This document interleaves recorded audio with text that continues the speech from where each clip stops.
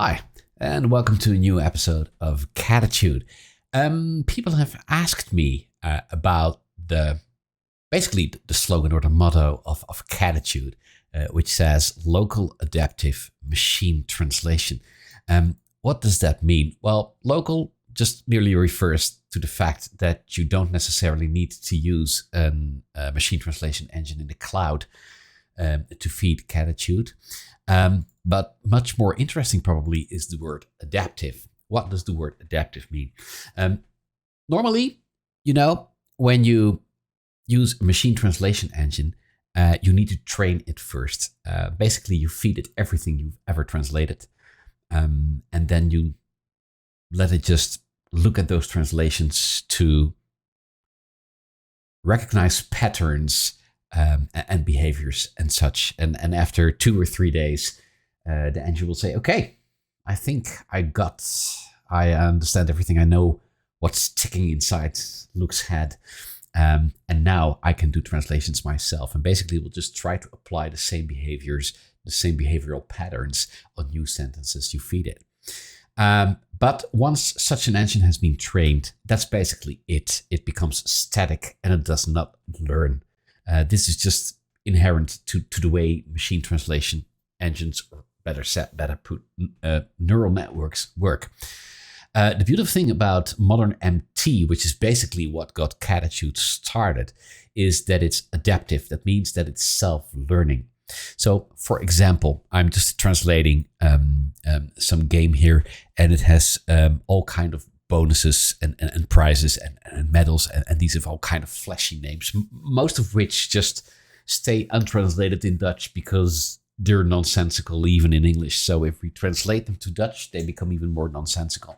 So there's this sentence, Zero Chill 12K Special, which is just being translated as Zero Chill Special 12,000. That's just a stylistic issue. A Zero Chill Player Bundle, which has been translated as Zero Chill Spelers Bundle in Dutch. And now we try Zero Chill Claim. And yeah, look what happens if I just empty this sentence, and I just put my cursor here.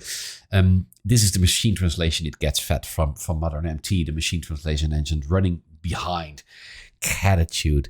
And it currently says nul chill verzilvering, so it has also translated 0 to null in Dutch, which in itself is good, but not what we want, because we want to translate zero chill as zero chill. That's what the terminology says. So I'm going to correct this. Zero chill verzilvering. Now I'm satisfied. I go to the next line. Let's see what happens. There you go. It says essentially zero chill essentials. This should become items. It has some issues with the word essentials, but look, zero chill has now been translated as zero chill. The Dutch word null has basically disappeared. Let's go to the next line. It says zero chill finish. There you go. Zero chill just stays zero chill now. So apparently the machine translation engine has learned that we do not want to translate zero chill. We want to leave it untranslated. Here, the machine translation changes its mind. It goes back to null again. Apparently there are more variables at play, some other words in the sentence that made it doubt and made it think like, okay, maybe I need to translate the word zero after all. Especially in the beginning phase, these kind of things can happen. But generally, we should see the more we feed the word zero chill untranslated, the more the translation engine will be inclined to leave it untranslated. In this case, let's just translate it like this. It doesn't work like that. I will have to feed this as a term, else it will, the capital of milestones will be auto-corrected. Which is normally very good, but in this case, not what we want. Zero chill has been left untranslated as zero chill. Let's go to the next one. It stays zero chill, just a minor amendment here. It stays zero chill. It's untranslated now.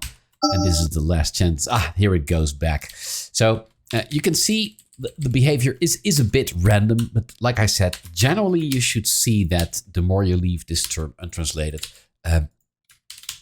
the more it will be actually left untranslated by the machine translation engine too. Okay, that's it. And now we go to completely different strings.